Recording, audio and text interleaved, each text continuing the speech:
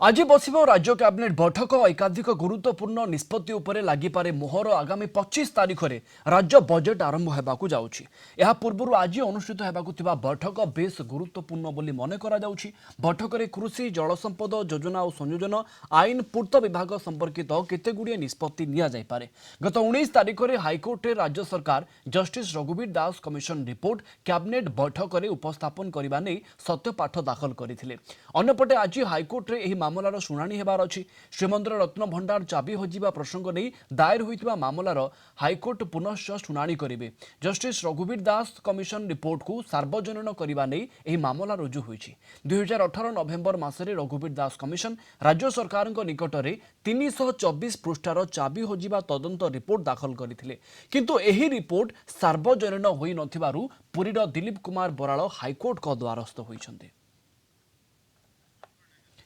ए संपर्क में अधिक सूचना पाई आम सहित जोड़ी होती आम कटक जोनाल हेड विभूति साहू। विभूति ए खबरटी अत्यंत गुरुत्वपूर्ण बोली मन करे। उपस्थापित हेब रत्न भंडार चाबी रिपोर्ट जहाँ उपर समस्त नजर रही।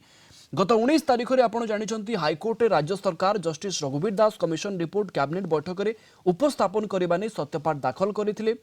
अंततपक्षे आज यहाँ उपर समस्त नजर रही। राज्य कैबिनेट बैठक बसुची 10:30 बेले विभिन्न प्रसंग गुरुत्वपूर्ण प्रसंग आलोचना हम सहित ये जहाँ की जस्टिस रघुवीर दास कमिशन का रिपोर्ट कहा कैबिनेट रे उपस्थापित होबार अनेक संभावना रही।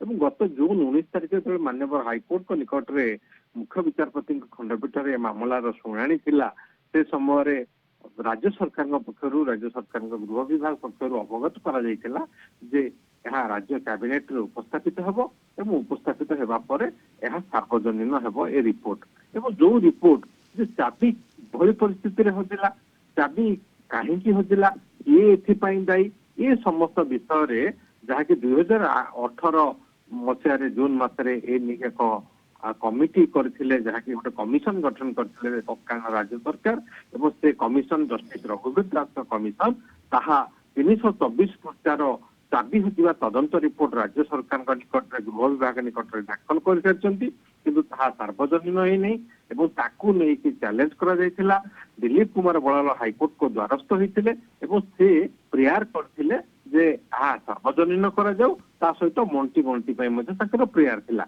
किंतु ए दिगरे जे रिपोर्ट को सार्वजनीन करने राज्य सरकार जवाब दाखल तलब करथिले ओडिशा हाइकोर्ट एवं राज्य सरकार जवाब रे कहिथिले जे राज्य कैबिनेट रे उपस्थापित हेबो एवं अन्य पटरे आज ए मामलार शुणाणी माननीय हाइकोर्ट को मुख्य विचारपति खंडपीठ रे रही जेहेतु आइटम नंबर 46 रही तो आशा करा हुए तो ए मैटरटी ए मामलाटी अपराह्न रे लंच ब्रेक पर ही आसिबो एवं ता पूर्व राज्य कैबिनेट रे जदि उपस्थापित हो सारी ए जस्टिस रघुवीर दास कमिशन रिपोर्ट ताहले राज्य सरकार पक्षर हाइकोर्ट को से अवगत खाली करा आज यहाँ राज्य कैबिनेट रे उपस्थापित होती जदि राज्य कैबिनेट रे उपस्थापित हो अवगत करवा सहित सार्वजनीन करने माननीय ओडिशा हाइकोर्ट से नहीं निर्देशनामा दे पारती।